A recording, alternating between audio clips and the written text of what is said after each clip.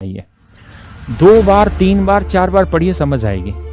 पता है मैं तो सरकारी स्कूल में पढ़ा था अपने गांव में, ठीक है। बाद में दिल्ली आए हम तो ट्रेन पकड़ पकड़ के। और मैं जब पढ़ता था ना तो मतलब मेरे को बहुत कम ही चीजें याद अपनी बचपन की। छोटी क्लास में पढ़ता था तो गरीब परिवार से थे, घर परिवार के सारे ही आदमी जमींदारी में झुके रहते थे। पढ़ाने के लिए हमें कोई कुछ नहीं कहता था। हमारे डंडे से पिटाई नहीं होती थी जैसे आजकल हमारे बच्चों की या तुम्हारी उम्र के बच्चों की हुई होगी, पढ़ ले हरामखोर पढ़ ले। ऐसा नहीं होता था। हमारे गांव में उस समय पानी नहीं होता था, मीठा खारा पानी था। हम 8-8 9-9 किलोमीटर दूर से लेके आते थे पानी, ठीक है। उस समय घर वाले पढ़ने की नहीं कहते थे। उस समय कहते जा खेत में पानी बढ़ाया, पुराने काम। छोटे छोटे बच्चे थे हम, 4-4 5-5 6-6 साल के, तब भी इसे हम काम करने लग गए थे। हमें कोई नहीं कहता था। मेरी एक ताई थी, वो घर में रहती थी, तो उसको मैं याद करके सवाल सुनाया करता था।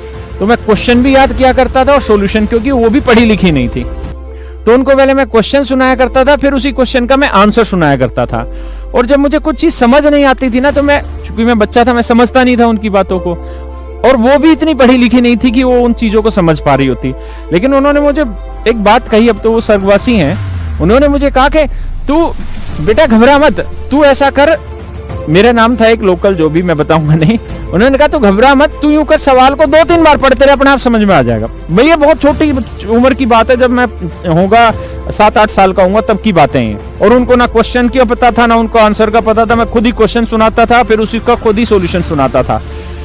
और तब उन्होंने मुझे ये बात कही कि क्वेश्चन को 2 बार 3 बार 4 बार पढ़, अपने आप उत्तर बता देगा। जो अनपढ़ थी उन्होंने मुझे ये बात बताई, और मैंने जीवन में हर जगह ये चीज फॉलो की है। आप चीजों को 2 बार 3 बार 4 बार पढ़िए, अपने आप उसका उत्तर समझ आ जाएगा।